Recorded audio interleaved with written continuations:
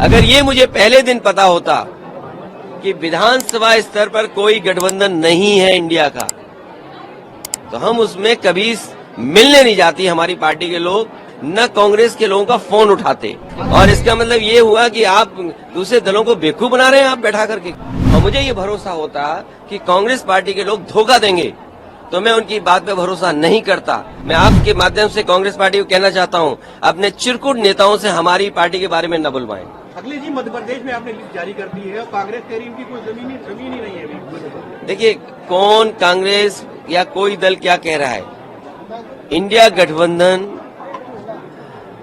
हम ही कंफ्यूज हो गए होंगे। इसका मतलब अगर हम उन मीटिंगों में बैठे हैं तो हम ही कंफ्यूज रहे होंगे।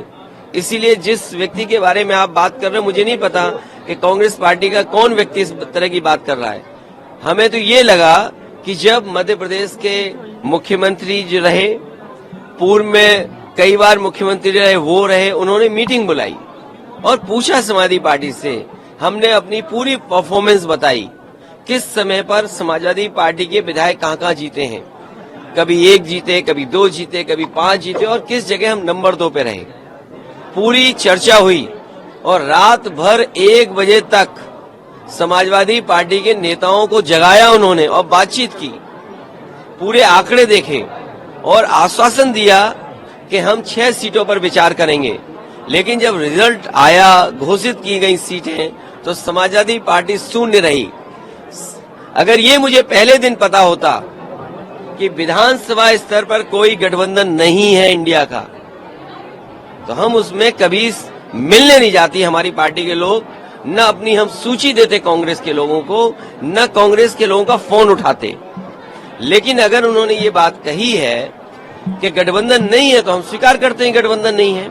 और गठबंधन अगर केवल उत्तर प्रदेश में केंद्र के लिए होगा तो उस समय विचार किया जाएगा, और जैसा व्यवहार होगा समाजवादी पार्टी के साथ, वैसा ही व्यवहार उनको देखने को मिलेगा यहाँ पर। सर, उन्होंने कहा कि हमने घोषी में समर्थन किया और ऐसा रहा। किस नेता के बारे में बात कर रहे हो आप? ये कांग्रेस के कौन नेता है? उनके प्रदेश अध्यक्ष कह रहे हैं। देखिए, प्रदेश अध्यक्ष की कोई हैसियत नहीं है, न वो पटना की मीटिंग में थे, न वो जाकर के मुंबई की मीटिंग में थे। इंडिया के बारे में क्या जानते हैं वो, गठबंधन के बारे में उनकी क्या हैसियत है जो बोल रहे हैं इस तरह की बात?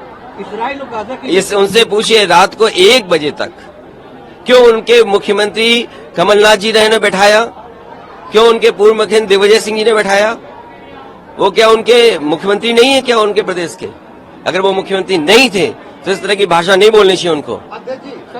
और इसका मतलब ये हुआ कि आप दूसरे दलों को बेवकूफ बना रहे हैं आप बैठा करके। क्या मतलब निकाला जाए? सर, गठबंधन का फिर क्या मतलब? ये बीजेपी से मिले हुए लोग हैं, ये कांग्रेस के लोग बीजेपी से मिले हुए लोग हैं। तो आगे की अभी क्या रणनीति? ये जो बीजेपी से मिले हुए, देखिए, अगर मुझे पता होता कि गठबंधन प्रदेश स्तर पे नहीं है, तो मैं समाजवादी पार्टी के नेताओं को दिग्विजय सिंह जी के पास नहीं भेजता।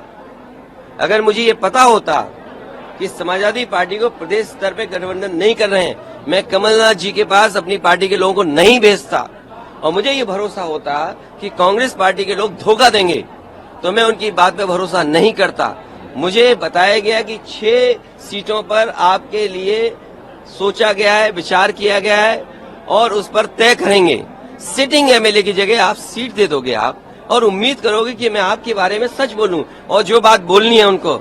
मैं आपके माध्यम से कांग्रेस पार्टी को कहना चाहता हूं, अपने चिरकुट नेताओं से हमारी पार्टी के बारे में न बुलवाएं। सर, तो अभी आगे का क्या रहेगा? मतलब ये आगे कंटिन्यू रहेगा? अब आगे का देखा जाएगा, क्योंकि हमें अगर ये जानकारी मिल रही है कि गठबंधन केवल दिल्ली के स्तर पे, तो ठीक है, दिल्ली के स्तर पे जब बात होगी तो की जाएगी। एमपी सीटों पे अगर बात की जाएगी तब देखा जाएगा। अगर मुझे ये पता होता कि प्रदेश स्तर पे कोई गठबंधन नहीं है, तो वो नहीं है, हमने स्वीकार कर लिया, इसीलिए हमने अपने पार्टी के टिकट घोषित कर दिए। इसमें क्या गलत किया है? इसलिए मैं कह रहा हूँ कि आप लोग भी ऐसे छोटे नेता जो कांग्रेस के हैं, और मैं कांग्रेस पार्टी के बड़े नेताओं से यही अपील करूंगा, निवेदन करूंगा